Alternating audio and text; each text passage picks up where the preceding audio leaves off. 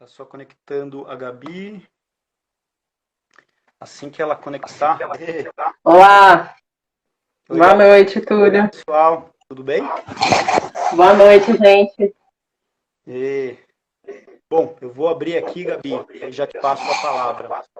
Bom, Tá bom. primeiro agradecer, né, aí a participação de todo mundo. Né, a gente está com uma audiência alta. E, enfim, queria, né, primeiro apresentar a Gabi Matos, é arquiteta urbanista, vice-presidente do IAB São Paulo. Ela também é especialista em sustentabilidade e gestão do ambiente construído pela Federal de Minas Gerais e fundadora do projeto Arquitetas Negras, pesquisa o racismo estrutural e suas influências no planejamento urbano e arquitetura contemporânea produzida em África e sua diáspora. Eu também, Fernando Túlio, presidente do IAB de São Paulo, coordenador da Comissão de Política Urbana e Habitação Social da Direção Nacional do IAB, e desde o início a gente vem apresentando o IAB como uma plataforma aberta para discutir, né, e apresentar propostas relacionadas ao campo da arquitetura e urbanismo. E não podia ser diferente nesse momento, diante da crise que a gente vive. E, nesse sentido, a gente apresentou, né, uma proposta aberta, preliminar, de um plano de emergência para o campo da arquitetura e urbanismo. Antes de passar a palavra para a Gabi, para apresentar, enfim, um contexto, né, em que esse plano foi desenvolvido, estava dando uma lida, né, um pouco para as pessoas que estão nos acompanhando entender um pouco qual que é, fazer uma breve apresentação do IAB, né, e a sua missão. O IAB Nacional ano que vem vai completar 100 anos, né, e em linhas gerais, né, em função da complexidade das dinâmicas urbanas e aprofundamento das graves inequidades socioterritoriais, exige uma reflexão sobre os papéis e o posicionamento e atuação das arquitetas, dos arquitetos e urbanistas em direção da promoção da cidade como um bem comum, né, e do fortalecimento do projeto como um instrumento de diálogo para a transformação crítica da realidade. A IAB, nesse sentido, tem longa tradição, desde sua fundação, em posicionamentos e na formulação de documentos propositivos em assuntos que afetam a arquitetura e o urbanismo e o modo de vida da sociedade, de modo a contribuir com as políticas públicas no país e a criação de novas formas de interpretar e intervir nas cidades, além de produzir espaços construídos. Nesse sentido, diante do dramático desafio da ampla desigualdade social, seu rebatimento urbano-ambiental, com deficiência na oferta, né, de infraestrutura, habitação, equipamentos e serviços, e nesse contexto, né, da conjuntura política, de ameaças e regressões democráticas, ataques a direitos sociais e valores civilizatórios, acompanhados, né, do que a gente chama de um agravamento das condições de trabalho que a Gabi vai apresentar, e do desmonte de alguns valores, né, da ciência, da técnica e fundamentos e atividades do planejamento urbano, são exemplos que reforçam a necessidade da gente aprofundar o nosso compromisso profissional e social. Essa proposta vem um pouco nesse sentido.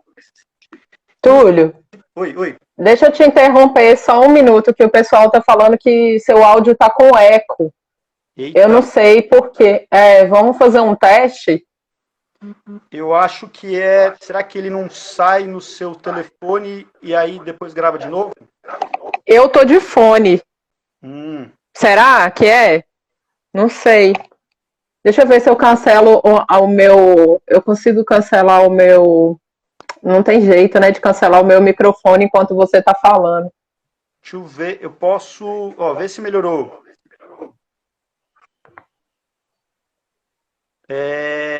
Melhorou, gente?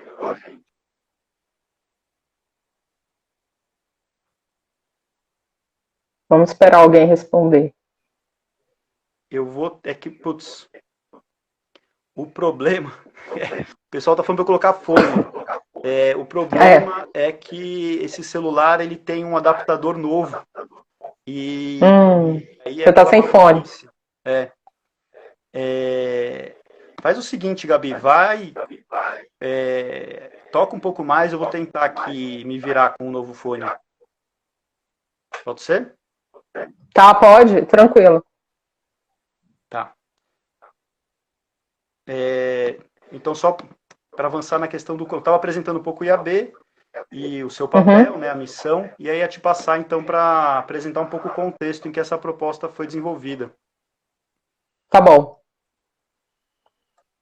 Oi, gente. Boa noite. Vocês estão me ouvindo certinho?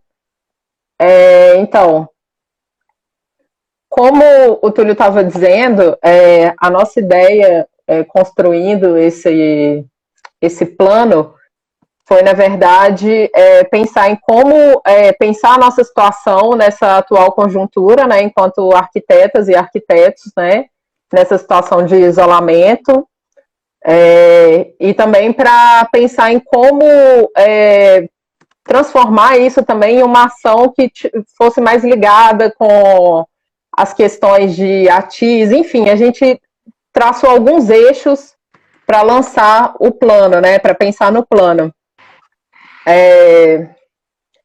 Deixa eu falar aqui com vocês. Então, a ideia, né, é pensar nessa proposta que nos beneficie enquanto classe, né, mas que também possa beneficiar a população, né, que se encontra em situação de vulnerabilidade. Então, como esse plano é amplo, é importante a gente dizer também que vai ser necessário, óbvio, um pacto entre governos municipais, estaduais, entre a União, e que ele também está aberto para sugestões, né? A gente só fundamentou o que a gente estava pensando, e a ideia aqui hoje é exatamente a gente discutir, debater isso e levar para frente. Então, esse plano foi desenvolvido em cima de 3 eixos principais. Um é a geração de renda para nós, arquitetos e arquitetas, né, nessa situação que a gente está. Outro é o atendimento à população em situação de vulnerabilidade. E o outro é um estímulo à recuperação econômica de serem falados. Você quer fazer alguma colocação, Túlio? Antes da gente entrar para a questão dos dados? Eu tentei colocar um fone aqui com Bluetooth, tá? Melhorou o eco, pessoal? Tá melhor agora? Tá dando para ouvir?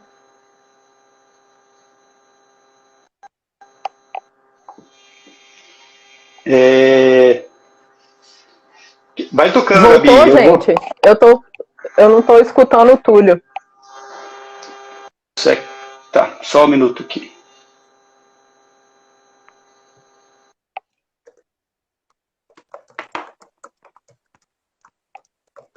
Vai lá, acho que eu vou. Voltou?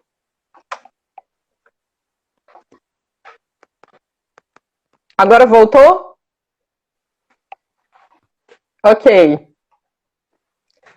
Então, a gente fez uma análise, né, do superávit anual do CAL São Paulo entre 2012 e 2019. E a gente não considerou a inflação nesse período. E esse superávit foi de 9 milhões de reais. Então, a gente está pensando em utilizar primeiro, né, esse dinheiro. E aí a gente considerou... Túlio, você quer falar sobre a questão da utilização do dinheiro, como que vai acontecer, explicar essa questão do edital? Tá, falo. Bom, acho que é importante... Eu não estou te ouvindo, Túlio. Não está ouvindo? Pessoal, vocês estão ouvindo?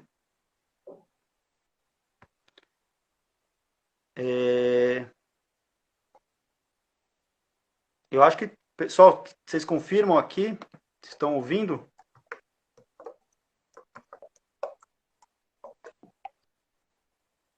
Agora tá normal. Vou tocar aqui, Gabi. Qualquer coisa, você avisa. Não sei por que eu não estou escutando o Túlio. Bom, bom, em linhas gerais, qual que foi a nossa tese, né?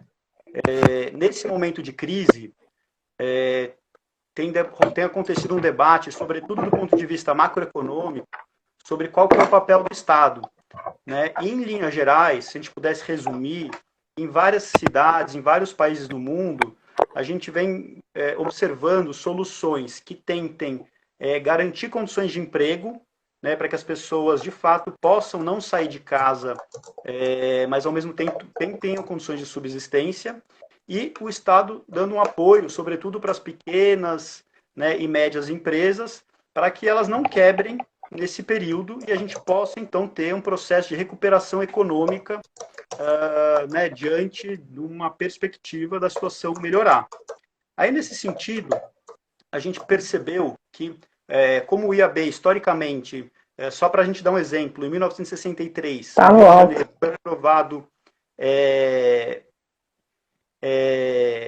foi aprovado vou te chamar de novo, tá, Gabi? Peraí, só aqui. Aí, estou adicionando a Gabi de novo. Bom, então o IAB, para a gente ter uma ideia da participação do IAB nos seus últimos 100 anos, Ah, agora voltou. maravilha. Eu estou falando que o IAB, em 1963, apresentou uma proposta que foi chamada, né, do Seminário Quintandinha, que foi o embrião da constituição, né, do capítulo de política urbana na Constituição Federal Brasileira, né? Então, nesse momento de crise, acho que é papel apresentar uma proposta aberta, né, para que a comunidade de arquitetas e arquitetos possam, sem nenhum compromisso, né, com mudar e alterar o que for necessário, apresentar soluções, porque a situação é urgente. Então, diante desse contexto, e pensando um pouco no papel do Estado, a proposta ela foi no seguinte caminho. A gente levantou que, mesmo no período de crise, em 2016, 2015, quando o PIB estava em -3, -3,5, o Conselho de Arquitetura e Urbanismo de São Paulo apresentou, né, superávites, ou seja, uma diferença entre receita e despesa de aproximadamente 8 milhões de reais. Né? Isso aqui, se a gente pegar o balanço de 2016. E a média, como a Gabi mesmo disse, nos últimos 8 anos, sem corrigir com a inflação, né, foram de 9 milhões de reais que o CAL São Paulo recebeu e não investiu, né, em ações voltadas às principais atribuições do Conselho. Isso também acontece com outros CAUs UF que são superavitários, de outros estados. São poucos, mas isso também acontece. E também com o CAU-BR. Se a gente pudesse somar esses dois valores, a gente tem que abaixar um pouquinho o áudio. Acho que tá. Disso. Tá. E o que acontece? Se a gente somar uma projeção de superávit nesse ano, a gente teria 14 milhões de reais. Mas aí vão dizer, nossa, mas a receita vai cair em função da crise, né? Sim, a receita vai cair em função da crise. A gente pode, como referência, usar os anos de 2015 e 2016, que o PIB esteve a -3,5 e -3,3. Nesse período tiveram superávites, né? Por quê? Porque apesar da receita ser menor, as despesas também foram menores. E a gente levantou item por item, né? Ou seja, a receita com RRT tende a ser menor. No entanto, as despesas com diárias e serviços para a pessoa jurídica também tendem a ser menor e, de alguma forma, isso se equilibra historicamente. Bom, só para concluir o raciocínio geral e também passar para a Gabi aqui de novo, a gente observou, então, essa possibilidade de mobilização desses 14 milhões, né, que são uma projeção histórica do que tende a ser o superávit desse ano, mas também existem os valores acumulados dos últimos 8 anos. Né? E pelo nosso levantamento, aí nesse caso mais preliminar, a gente diria que, se a gente utilizasse 60% desse valor, a gente teria aproximadamente 90 milhões de reais, ou seja, 104 milhões de reais, aproximadamente 100 milhões de reais, que poderiam ser utilizados para o desenvolvimento de projetos especiais nos eixos que a Gabi bem trouxe. Né?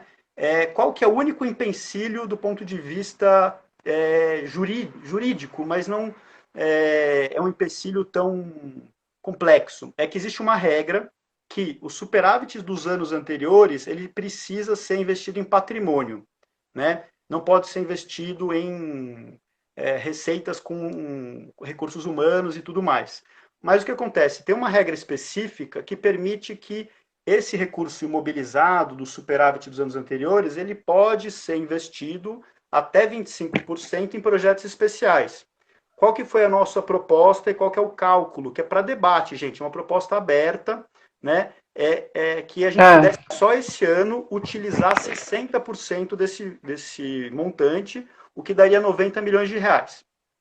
Bom, com esses 100 milhões de reais, né, poderiam ser desenvolvidos projetos especiais e esses projetos especiais, de alguma forma, a gente fez um cálculo primeiro, né, dos impactos se a gente utilizasse isso dentro da assistência técnica para habitação social, né?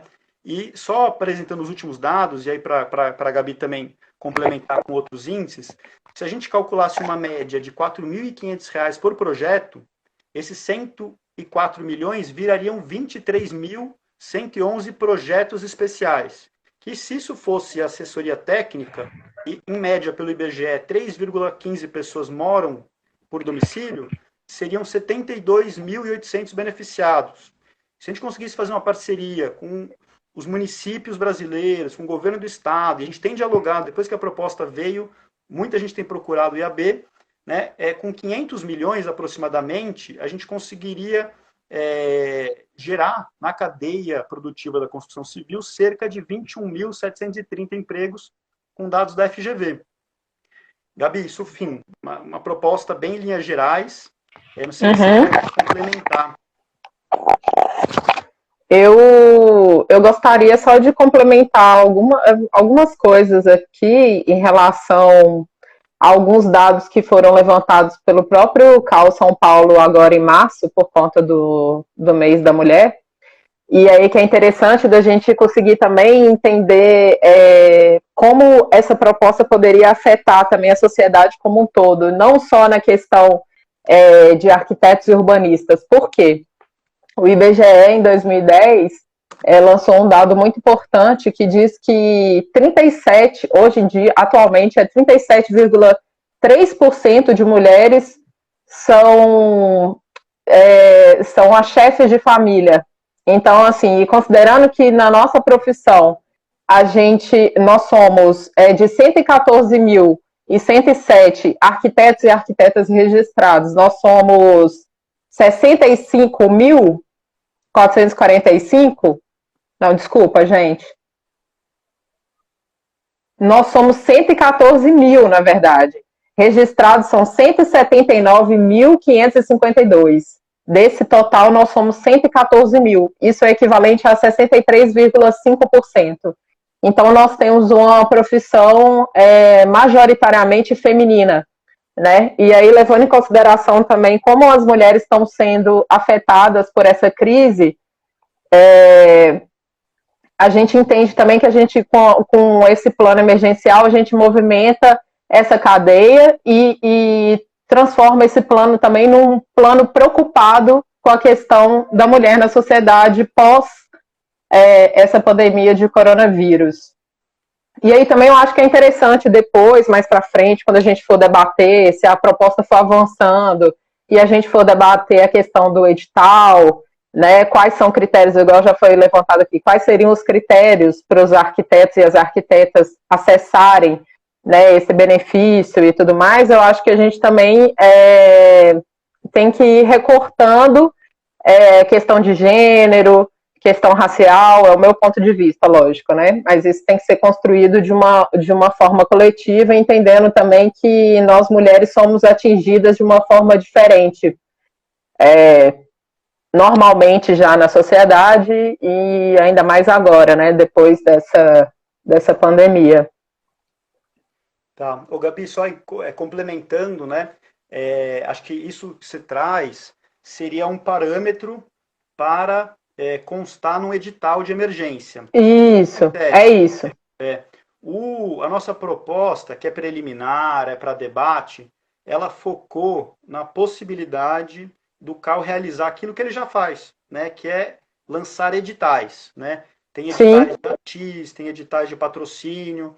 Então, a nossa proposta é que a gente pudesse, nesse momento de crise, né, e como tem muita gente perguntando sobre os eixos, lançar um edital de emergência que, no total, ele poderia mobilizar cerca de 100 milhões de reais, mas, evidentemente, se a gente quiser modular isso em etapas, também é possível.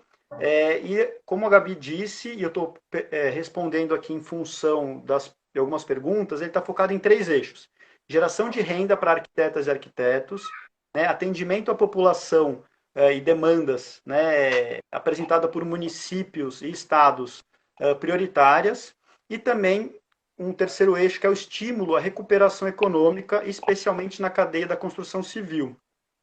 Tem um item que acho que é importante destacar, né, e isso demanda até ouvir o público para que a gente possa aprimorar essa proposta preliminar, que é a seguinte: a gente fez o cálculo como se esse edital fosse destinado 100% para assessoria técnica para reformar habitações precárias. Né? Por quê? Uhum. É onde as pessoas em situação de vulnerabilidade são mais suscetíveis a doenças transmissíveis. Né? Isso é comprovado cientificamente nesse momento em que a gente precisa defender a ciência. Né? É importante destacar que já existem estudos e, ao mesmo tempo, focada em populações de risco, né? Que tenham problemas respiratórios, idosos e tudo mais. No entanto, eu estava conversando com a Gabi e com a Hanna, que é também vice-presidente do IAB, que assina esse texto com a gente lá no ArcDaily. A gente entende que, como a categoria, a Gabi bem colocou, né? Ela tem várias, enfim, a gente precisa entender de forma homogênea a categoria, né? E aí nem todo mundo trabalha com projeto, nem todo mundo trabalha com artista. Então, há uma demanda do que a gente já conversou com outros atores para que a gente possa diversificar, né, isso conversando com alguns núcleos do IAB, que tem alguns colegas aqui nos acompanhando, para diversificar o escopo desse edital. Ou seja, uma parcela prioritária pode ir para TIS, sim, reformar habitações precárias, né, demandas que os municípios apresentem. A gente poderia também pensar no apoio, né, à difusão de conteúdos que orientem, né, no campo da arquitetura e urbanismo, as cidades e a arquitetura, né, para mitigar, reduzir a capacidade de transmissão de doenças contagiosas, como é o caso desse vírus. Por exemplo, o que fazer num condomínio, o que fazer na sua cidade. Tudo isso os arquitetos poderiam contribuir produzindo esses insumos, né, com cartilhas, vídeos, e isso poderia ser remunerado via edital do CAL. Outro eixo, também que a gente conversou, né, Gabi, era a questão também do desenvolvimento de projetos de adaptação de equipamentos. Por exemplo, adaptação de hotéis para que possam abrigar profissionais da saúde, para que possam abrigar famílias em situação de vulnerabilidade que não tem, enfim, o que fazer quando muita gente mora numa casa e alguém está infectado, ou mesmo hotéis mais populares abrigando a população de rua, o que já foi feito aqui no centro de São Paulo e várias cidades do mundo estão fazendo. A gente pensou em diversificar esses editais, e não sei se você quer trazer alguma questão também em relação a isso, Gabi. Eu acho que é o que você falou aí mesmo, né? Eu ontem conversei com algumas pessoas depois que a gente publicou e várias demandas foram surgindo. E eu acho que a ideia é exatamente essa, né? A gente agora anotar tudo isso e pensar juntos, né, em soluções mais abrangentes, mas me foi perguntado sobre a questão dessa pejotização assim, da nossa profissão, porque a gente tem muitas pessoas, principalmente aqui em São Paulo, empregadas, né, trabalhando em escritórios, mas como PJ. E aí, nesse momento, a pessoa pode ser dispensada e aí ela não tem, enfim, ela consta como um pequeno empresário, mas ela abriu a empresa para poder trabalhar no escritório de arquitetura. E agora ela está totalmente sem nenhuma garantia, né, de direito trabalhista. Então é importante também, aí falar, vai ter como microempresas também entrarem, poderem acessar esses recursos. Eu acredito que deveria por conta exatamente disso, porque nem todo mundo quer ser empresário, quer ser, né, quer abrir uma empresa, mas hoje o mercado tem obrigado essas pessoas a fazerem isso para poder conseguir trabalhar. Então, essa é uma questão também que a gente tem que levar em consideração, eu acho que deveria ser levado em consideração na construção desse edital. E, bom, eu acho que tem bastante pergunta aí, Túlio, que eu acho que a gente podia ir respondendo algumas, porque aí já vai levando adiante o debate, né? O Gabi, o Danilo Ide, que está, enfim, diretor do IAB, de profissionais, levantou algumas perguntas e passou aqui. Eu vou, talvez, responder algumas delas, aí você me complementa também. Tá bom, tá bom. Tem uma primeira pergunta que fala que se o superávit de 9 milhões já conta com o dinheiro do CAL investido na própria sede. Pessoal, vamos lá. São duas coisas diferentes. Existe um cálculo do valor daquilo que historicamente sobra todo ano. A média histórica dos últimos 8 anos, sem corrigir com a inflação, é 9 milhões de reais. Ou seja, eu poderia, no final desse ano, depois de toda a crise, um ente público fechar o balanço e sobrar 9 milhões de reais? Então, essa é uma primeira pergunta. Esse dinheiro, ele é uma projeção, claro, a gente precisa ter muito cuidado e muita responsabilidade fiscal na hora de apresentar isso, mas a gente estudou a fundo esses dados, estudou e tem todos os dados aqui na mão, mas isso é diferente do valor que sobrou de todos os anos anteriores, que é algo em torno de 80 milhões de reais, em que uma parte disso já foi comprometida com a compra da sede, né? Ou seja, são duas coisas diferentes. Não sei se deu para entender. Isso é um item bem importante. E aí tem uma pergunta que fala se o edital é para projeto somente ou se também esse edital financiaria obras. A proposta, até pela legislação e pelas regras do CAL, é que esse edital de emergência ele seja voltado para projetos especiais, as obras, elas demandariam uma articulação institucional com municípios, com o governo estadual, com o governo federal. No entanto, essas obras são obras que são elas não demandam uma quantidade vultuosa de recursos. E o lado positivo é que elas apresentam impactos econômicos na recuperação do emprego e geração de renda muito bons. Então, a sugestão é que, e a gente inclusive já recebeu contato aqui de vereadores, de conselheiros, enfim, representantes de prefeituras, de outros órgãos de classe interessados em contribuir com essa proposta, inclusive levar para outras profissões ligadas ao âmbito da construção civil, para amplificar ainda mais. Então, seria importante uma articulação institucional com municípios, com o governo estadual e estaduais, saindo de São Paulo, para viabilizar essas obras. Essas obras podem ser de ATIS, e já tem experiência, já temos convênios do CAL e do IAB e outras entidades com prefeituras, essa experiência já existe, já tem um acúmulo institucional nesse sentido, então isso é totalmente viável e dá para fazer de forma muito rápida, isso a gente tem segurança. Bom, esses números a gente levantou, e aí tem mais algumas perguntas. Quer comentar alguma, Gabi? Sim, vou comentar da Madi, que está meio dentro do que eu falei antes, da Madi Arquitetura. Como seriam contratados estes arquitetos? Qual seria o critério para a escolha? É isso que a gente falou antes, que eu falei antes. Esses critérios vão estar definidos no edital e a ideia é que sejam critérios que consigam abranger um número grande de profissionais, que se encontram nessa situação por conta da pandemia do coronavírus. Então, eles vão ser construídos aqui juntos, como eu e o Túlio falamos juntos, não entre eu e o Túlio, não aqui agora, mas eles vão ser debatidos e construídos coletivamente, né? Os critérios que vão selecionar os arquitetos e arquitetas. Tem uma da Fernanda Basques aqui. Vocês têm anuência do CAL para essa proposta? Na verdade, essa proposta ela foi publicada ontem, né, Túlio? Foi conversada, né, com algumas pessoas. Quer responder isso, Túlio? Você que estava conversando mais com eles? Sim. A gente não precisa de anuência para lançar uma proposta, né? Isso. Acho que é importante, assim, essa proposta, ela dialoga com vários atores, né?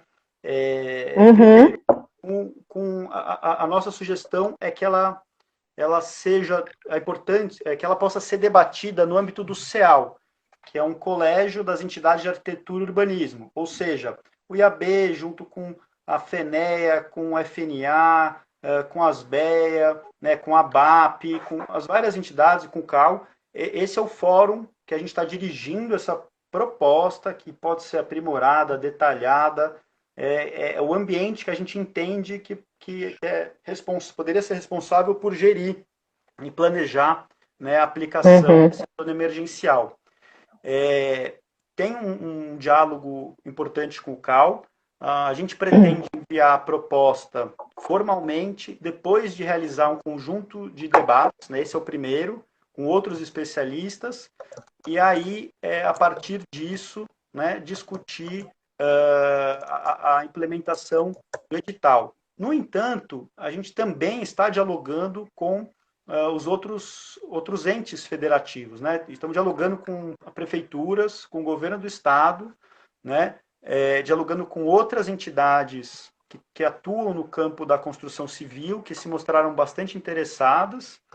E, nesse sentido, se vocês imaginassem, né, a quantidade de interlocuções que são necessárias, se a gente fosse, né, de alguma forma, fazer o contato com todas elas, a gente ia passar 2 semanas, né, e, enfim, ia perder o timing de soltar essa proposta. Então, o que a gente fez? Falou, vamos soltar uma proposta preliminar, né, que seja viável, estruturada, com base em evidências, em dados, né, do ponto de vista econômico, jurídico, técnico, urbanístico, ambiental.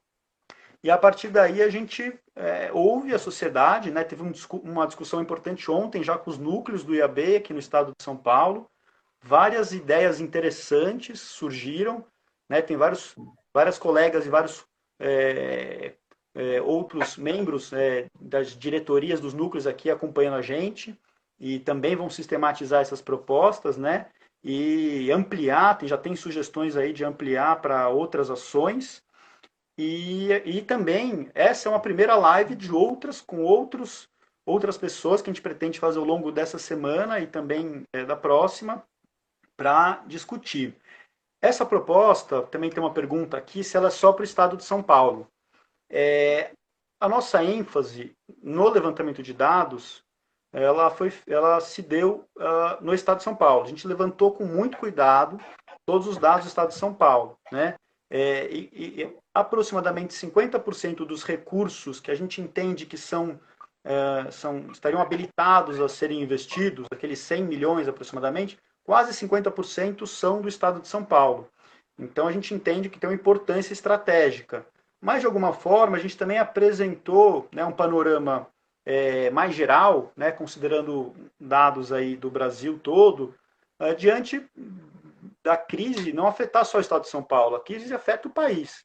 Né? E, nesse sentido, a gente apresentou dados mais gerais. E tem uma pergunta aqui, só em relação ao prazo estimado para esses editais. Né? A gente está num momento de distanciamento social, as pessoas precisam. Quem não presta serviço essencial, quem tem casa também, né? Outro live que a gente fez recentemente era como a população mais vulnerável é afetada, mas assim, quem tem casa, quem não realiza um trabalho essencial, tem que ficar em casa, né? Essa é a orientação de todo mundo. E o que acontece? A perspectiva é que a gente consiga, com esses recursos, injetar e mobilizar, né, esses 100 milhões, né, aproximadamente, para gerar renda no curto prazo para as arquitetas, para os arquitetos, também, eventualmente, né, nessas obras que poderiam já receber esses recursos, mas a execução seria no médio e longo prazo. A nossa sugestão preliminar é até o final do ano, que é uma regra do CAL, desses recursos imobilizados dos anos anteriores, que tem que ser aplicado no mesmo ano, ou seja, esse dinheiro entraria em conta no curtíssimo prazo, no modelo da renda básica emergencial, que acabou de ser aprovado no Congresso Nacional, recebe esse recurso, mas a contrapartida, a obrigação de atender essa demanda prioritária, ela pode acontecer no médio e longo prazo. Nossa sugestão, por enquanto, que a gente não sabe muito bem quando essa crise vai passar, é que pelo menos os projetos tenham um prazo até o final do ano para serem apresentados, né? Gabi, você conseguiu aí levantar alguma outra pergunta? Consegui. Você chegou a falar de como a gente levantou esses números do CAL? Então, que eu posso falar sobre isso, se você quiser. Pode ser. É só para deixar, para esclarecer para o pessoal que tiveram algumas perguntas. Então, esses números foram levantados com base no portal da transparência do CAL. Perguntaram onde a gente consegue achar esses dados, né? Então, o próprio CAL, né, ele disponibiliza esses dados no portal da transparência deles. Então, o que a gente fez foi uma coleta dos dados e uma análise, e aí fizemos um gráfico que está lá na nossa matéria, mas foi assim que a gente chegou nesses números. Não foram números que, igual perguntaram aqui, se o IAB que tinha... Se o IAB estava supondo esses números. Na verdade, não. Exato. E tem outra questão importante, é que, assim, mais uma vez, gente, essa é uma proposta em construção, é uma minuta, né? Quem tiver sugestões, contribuições, a gente está, inclusive, criando em breve um formulário online para que essas propostas possam ser apresentadas. A gente vai debater ao longo da semana em várias lives, né, convidando várias pessoas para apresentar os seus pontos de vista. Esse é um edital excepcional, é um edital em virtude da crise, né? E também é importante falar do IAB. O IAB é uma entidade sem fins lucrativos, né? O IAB tem quase 100 anos, é um trabalho voluntário desenvolvido, né, pelas arquitetas e arquitetos que fazem parte dessa rede, né, que é uma rede enorme, e essa proposta, ela foi desenvolvida diante da crise, né? Assim como as propostas macroeconômicas, a renda básica emergencial, que foi aprovada no Congresso Nacional agora, é uma proposta que vem sendo debatida, e essa proposta ganhou força em função do nosso, desse contexto trágico. De alguma forma, isso daqui que a gente está apresentando está totalmente alinhado com aquilo que a gente coloca como sendo a missão principal do IAB, né? Que eu estava, enfim, no começo aqui tentando trazer, só que, enfim, teve problema com eco, ruído, etc, etc e tal, mas quem quiser acompanhar, tem uma carta-programa que está publicada no nosso site, a gente pode depois aqui, quem puder, colocar o link, e justamente ela dialoga, assim, profundamente com esse posicionamento propositivo, né, e aberto ao diálogo. Gabi, você está acompanhando as perguntas? Estou acompanhando aqui. Eu acho que as perguntas que mandaram aqui a gente já recebeu, mas tiveram umas últimas aqui. Por exemplo, tem um comentário aqui do Gui, que ele fala que diante da urgência, né, alguns assuntos, projetos não executados se tornam irrelevantes. Gui, eu não concordo com isso. Por quê? Porque essa demanda que a gente está querendo atingir com o plano, ela é uma demanda existente, sempre existiu, né? A gente tem esse problema na nossa profissão que a gente não consegue acessar com facilidade a população que mais precisa. Então, sim, a gente tem um caráter emergencial, mas a gente também tem uma demanda existente há muito tempo. Então, para mim, me parece muito positivo usar esse caráter emergencial agora para tratar de assuntos que sempre estiveram presentes, né? E essa é uma questão, que é a questão da habitação no Brasil. Então, assim, da qualidade, enfim. Então, eu acho que a gente pode, sim, tentar resolver a situação da forma que pode ser resolvida nesse isolamento social e considerar ações que podem reverberar em médio e longo prazo, porque a gente, infelizmente, a gente, né, como todo mundo, a gente foi colocado nessa situação e a gente está tentando respeitar ela. Mas a gente não pode fazer muita coisa de dentro de casa, né? E a gente entende também que o impacto desse isolamento, ele é muito grande, principalmente para essas pessoas em situação de vulnerabilidade. Então, por que não, sabe? Eu acho que a gente tem que pensar, sim, nesses projetos que podem ser executados a médio prazo. Então, legal. Tem algumas ideias aqui também que são boas. Tem a sugestão, né, para que a iniciativa privada possa contribuir, sobretudo também com a doação, né, de materiais na parte das obras. Tem a possibilidade também de usar outras ferramentas, né, como linhas de crédito, enfim, suplementares, que poderiam também contribuir para o financiamento, né, para além do financiamento estatal. Né, também tem um debate aqui do valor, né, do custo das obras e o custo por projeto especial que a gente apresentou. Acho que isso foi um desenho preliminar que a gente fez com base nas experiências de assessoria técnica de vários lugares do Brasil, que a gente tem conhecimento, a gente acompanha isso, ou seja, podemos aprimorar, mas tem muita experiência, né, incubada no IAB em relação a isso, no CAL também. O CAL tem sido um ator importantíssimo, né, no financiamento aí da assistência técnica, né, uma iniciativa de garantir que no mínimo 2% dos recursos vão para isso. Também, enfim, tem sugestões aqui de outras entidades que podem colaborar. Quem tiver sugestões, importante apresentar. E aqui tem muita gente perguntando assim, mas como será debatido e construído esse edital? O que acontece é que muitas vezes, né, os últimos editais do CAL, eles foram colocados em consulta pública.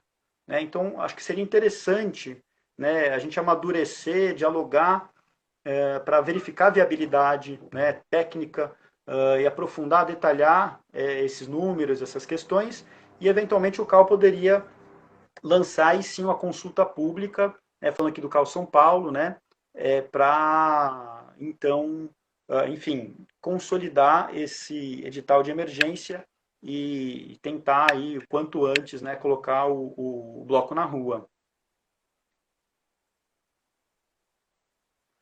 Ó, a Lúcia Manso me pergunta o que seriam os projetos especiais. Então, a gente fez o cálculo a partir da reforma de habitações precárias, né? Chamada ATISA, uma lei federal de 2008 que, enfim, estabelece uma série de parâmetros para isso e tal. E a gente fez o cálculo do impacto econômico para a geração de emprego e renda, número de projetos especiais, mas há uma demanda grande de diversificar as modalidades que poderiam ser incorporadas no edital. A Gabi trouxe pré-requisitos, né, relacionados ao aprofundamento da representatividade, né, entendendo as reais necessidades né, do campo profissional da arquitetura e urbanismo, mas também a gente entende que tem várias formas de exercício da profissão e que seria importante que esse edital se abrir para isso. A gente tem alguns exemplos, né? Maranhão lançou um edital mais voltado à questão da cultura, para o pessoal fazer festival na janela. São Paulo também fez. Tem várias iniciativas criativas. A gente poderia pensar também nisso. Tem a questão dos equipamentos de campanha, né, projetos emergenciais para adaptar hotéis que estão ansiosos para receber essa demanda. equipamentos públicos para serem hospitais de campanha. Isso tudo, esses projetos especiais poderiam contribuir. E aí, claro que não seria o mesmo valor de um projeto de adaptação, né? Enfim, de uma solução para adaptar um hotel do que uma reforma de uma pequena casa, de alguém que vive numa situação de precariedade a uma população de risco. Né? Então, a gente estava aqui, né, Gabi, antes conversando de várias possibilidades. E a proposta, o Claudinho, que é nosso diretor aqui de regional, lembra que a proposta está voltada a todo o estado de São Paulo. Né? No caso de São Paulo, claro, é uma proposta que também traz números para o Brasil, mas assim, é uma proposta que não é só para a capital, é uma proposta que está voltada, né, para o estado de São Paulo, sobretudo, como um todo.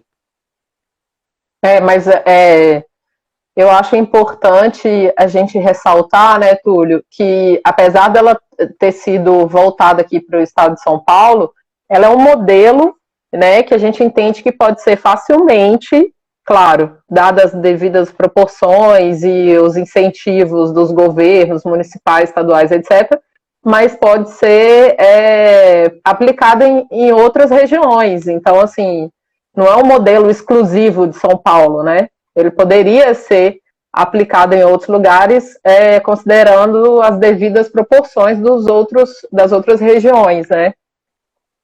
E isso é muito importante de pensar, porque seria muito falho se a gente pensasse só em São Paulo. Afinal de contas, a gente tem outras regiões também que estão sofrendo com isso, e enfim, né? Porque é o mundo todo.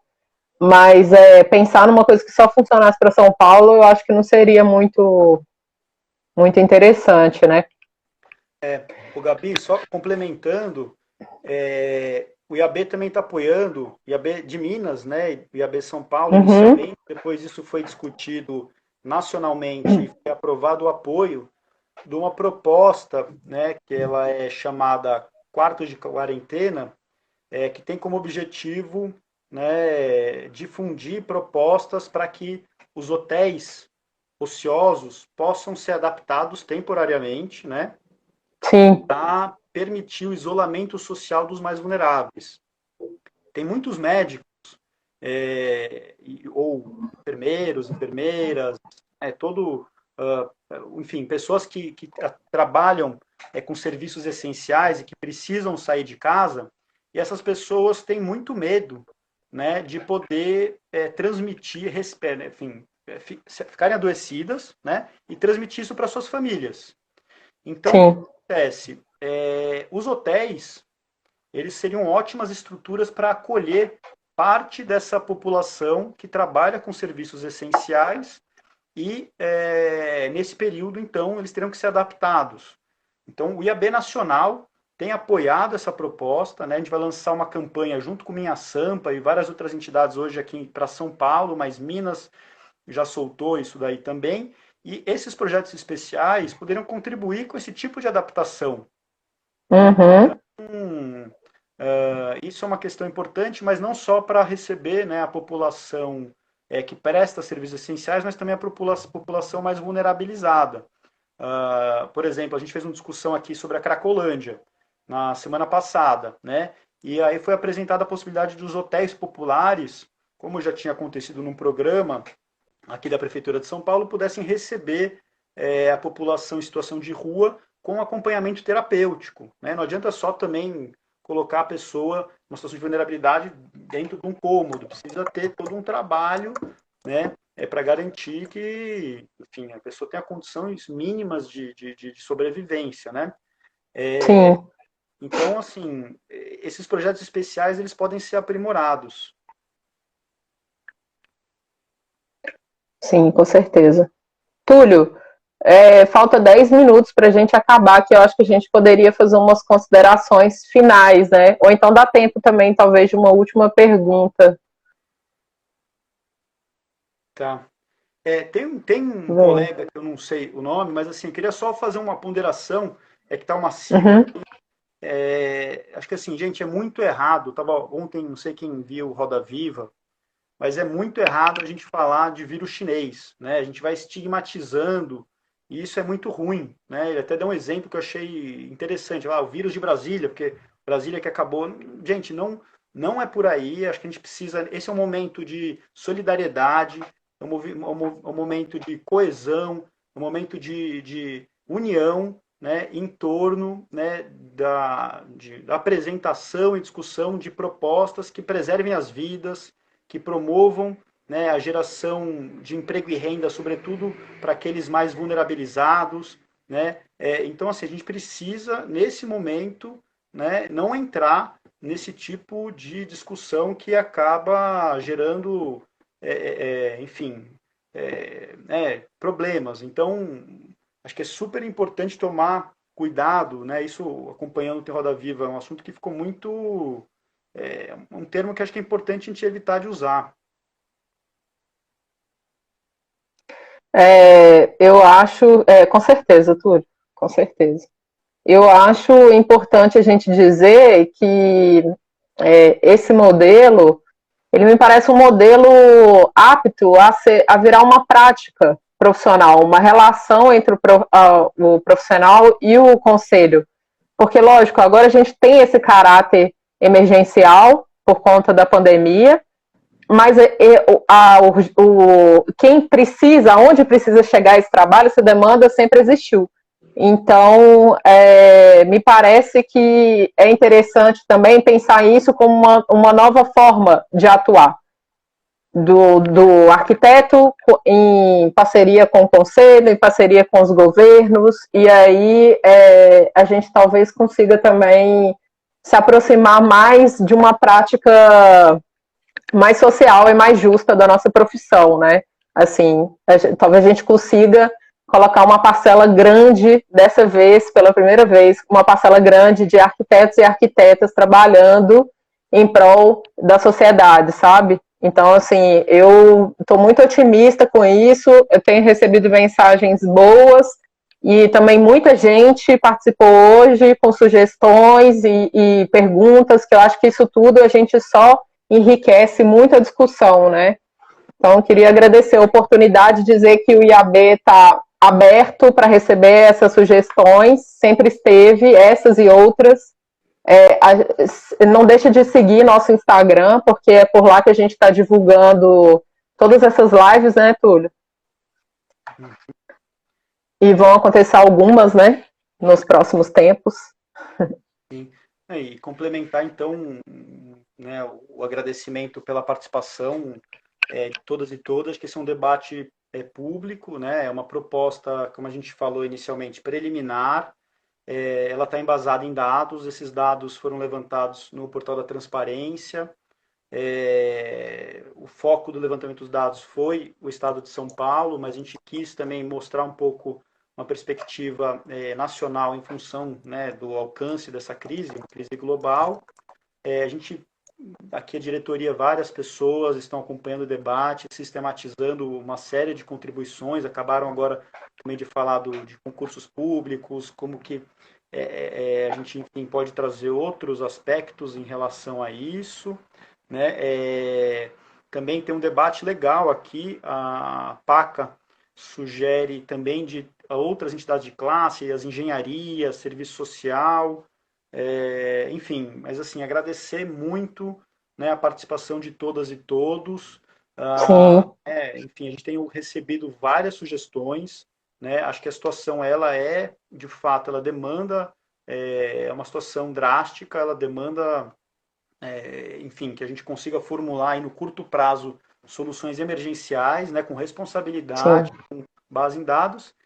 E acho que é isso que a gente fez, né, Gabi? A gente, junto com a Sim. Hanna também e outros membros da diretoria, dialogando com os núcleos, colocando uma Sim. proposta para debate público, né? E já tem várias sugestões muito bacanas aí. Sim. É isso, então. É isso? Podemos concluir. Muito obrigada, gente. Foi ótimo. Adorei. Muito Até a bom. próxima.